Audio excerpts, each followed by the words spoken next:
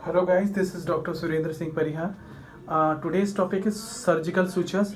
सो surgical sutures जो भी OT वाले स्टूडेंट्स हैं, चाहे उनकी ड्यूटी ओटी में हो, कैथ लैब में हो, रिकवरी में हो, इमरजेंसी में हो या आईसीयू में हो, उनको सर्जिकल सूचर्स के बारे में सर्जिकल सूचर्स कितने प्रकार के होते हैं, किस साइज़ के होते हैं, कब कैसे यूज़ करते हैं, किस मटेरियल के बने होते हैं, ये सभी बेसिक इन्फॉर्मेशन होना बहुत ज़रूरी है.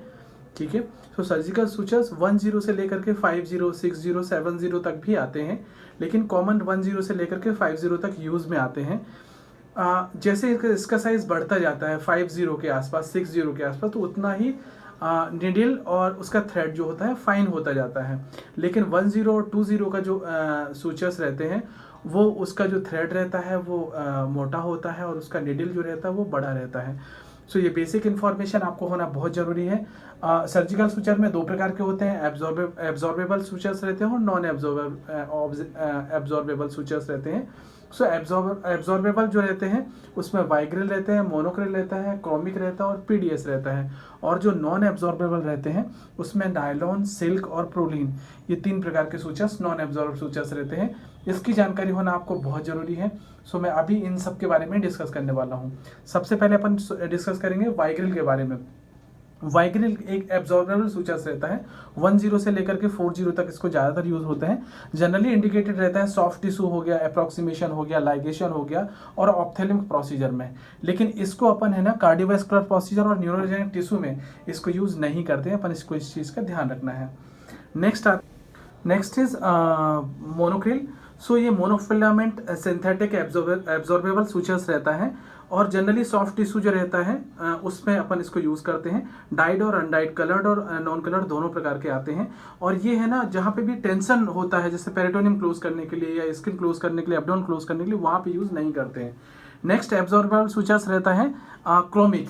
तो क्रोमिक जो सूचर्स रहता है वो भी एब्जॉर्बेबल सूचर्स रहता है. बेसिकली गट होता है जो जहाँ पे कनेक्टिव टिश्यू रहते हैं, सब म्यूकस फाइब्रोसिस होता है, वहाँ पे इसको अपन ज़्यादातर यूज़ करते हैं. और इसको है ना कार्डिक प्रोसीजर्स हो गए या न्यूरोलॉजिकल टिश्यूज हो गए, वहाँ पे अपन इसको यूज़ नहीं करते हैं. इस चीज़ का अपन को विशेष ध्यान रखना है. ये भी एब्जॉर्बेबल सूचर्स ही रहते हैं.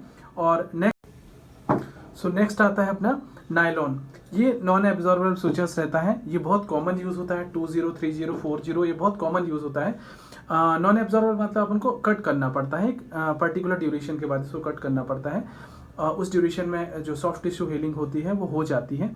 सो अपन इसको बहुत ज़्यादा soft tissue, general soft tissue हो गया, ऑप्थेल्मिक प्रोसीजर हो गया, कार्डियोवैस्कुलर प्रोसीजर हो गया, सभी में न्यूरोलॉजिकल प्रोसीजर सभी में यूज़ करते हैं इसको. ठीक है. उसके बाद आता है सिल्क. सो सिल्क जो होता है ये भी बहुत कॉमन यूज़ होता है. इसमें ज़्यादातर जैसे 30, 40 का जो रहता है वो ज़्यादा यूज़ होता है.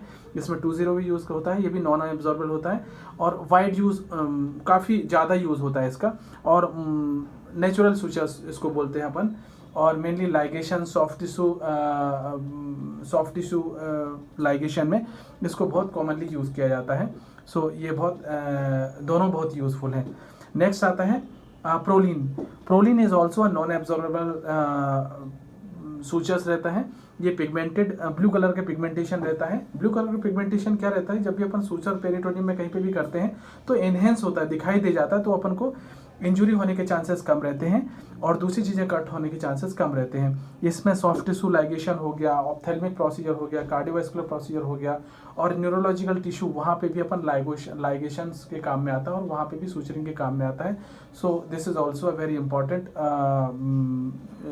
Thread, most commonly used. ठीक है.